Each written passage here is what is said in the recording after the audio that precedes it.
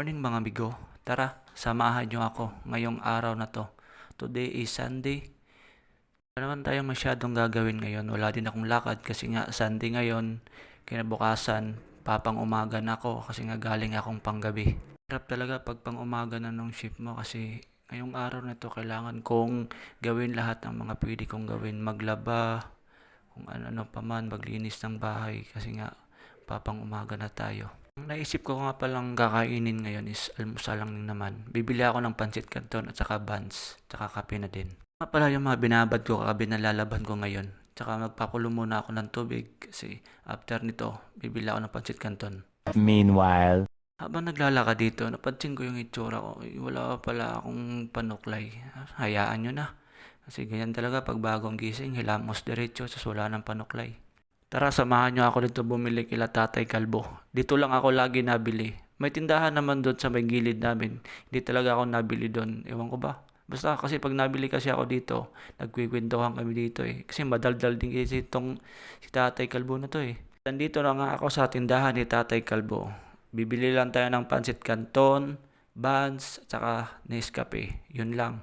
Yun na yung almusal natin today. Kung magpakulo, ayan, tinimpla ko na nga yung Nescafe 3-in-1 original na binili ko doon. Masarap yan, mainit-init pa yan. Original talaga yung gusto ko. Siyempre, hindi ko na pinakita yung pagluluto ko ng pancit canton. Siyempre, basic na basic lang yan. Ano ka bata, tuturuan pa kita. Ayan, inumpisan ko na nga yung pagkain dyan. Kung ba bakit sarap na sarap ako dito sa almusal na to? Kasi nung bata pa ako, tsaka yung high school ako, ito lang yung laging inaalmusal ko. Tapos kakain ako, tanghali na ulit. Siyempre, relate na relate yung mga batang 90s dyan, saka mga 2000. Alam niyo na yan.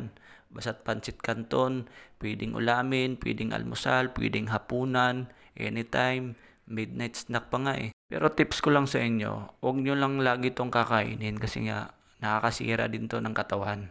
Kumain din kayo ng minsan gulay, karne, isda. Okay lang naman kumain ito, basta wag lang 3 times a day. Kasi nga, ako, kawawa yung katawan nyo dito. Magkakasakit talaga kayo dito. Paliin pa rin natin kumain ng gulay, prutas. Yun kasi yung maganda sa katawan natin eh. Dapat meron tayo nun. Huwag natin kalimutan mag-exercise kasi kailangan natin yan. Kailangan natin magpapawis para malabas yung mga toxic sa katawan natin.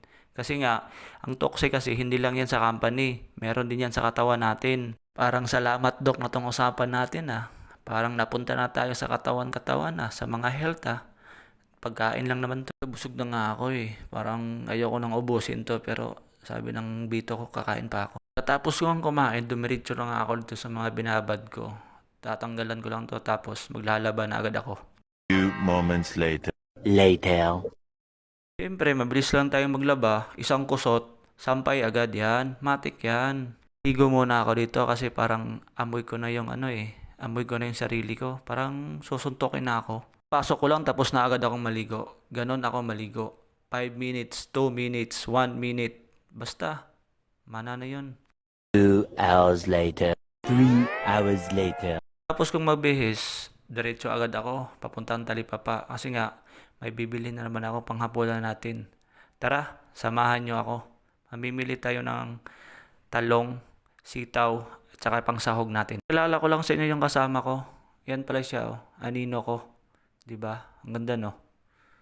Ito pala ako bumili ng panghapunan ko. Dumiretso muna ako dito sa may fishbowlan. Dito lang sa may kanto ng JB. Kain muna ako dito ng 50 pesos. Squid ball, tsaka marami yan, halo-halo yan, oh. Kita mo naman ah. Bibilihin ko pang hapunan, mamayang alas 5 ko pa yung lulutuin. Kaya ito, tamang food trip muna ako dito. Kasamit ako nito, parang gusto ko atang uminom ng buko juice.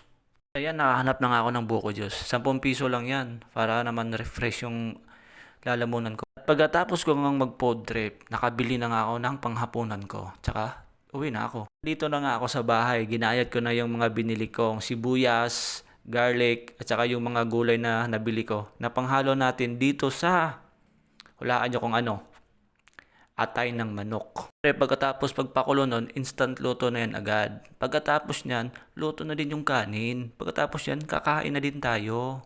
Ayan, alas 6 na nga. Kakain na tayo kasi nga natutunaw na yung kinain ko kanina. Yung nag-food trip tayo. Ayun. Simulan ko na yung pagkain. Ayun, mainit-init pa nga to, oh. Sarap talaga ng gulay.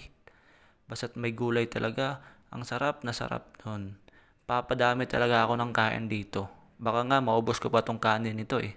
Isang subo nga dyan, ayun, lami kaayo. Basta mga Bisaya, magkinamot yun na. Doon talaga, sa probinsya talaga, mahilig talaga akong magkamay. Kahit saan. Nakikita nyo naman yan sa iba kong video, nakakamay lagi ako. Pero lang, pag pumunta ako ng mga restaurant, nagkokutsara talaga tayo doon. Kasi nga, siyempre, alam mo, magkakamay tayo. Pag sa ngalan ng Mang Inasal, matik yan, hindi ako magkukutsara niyan. Kamay-kamay lang tayo para marami tayong makain na kanin. Hindi pa ako busog. Ayun, kinuha ko nga yung rice cooker. Kinuha ko yung kanin lahat, nilagay ko sa plato ko para mabusog talaga ako ng todo. Patakaw ko talagang kumain.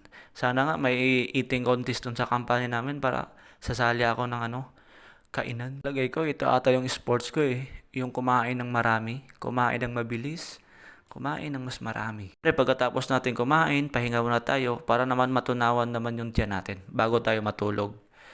Nood muna tayo ng bubble gum, pampalipas oras habang busog pa tayo. Siyempre, pagkatapos manood, hugas muna tayo ng plato at saka tayo matulog.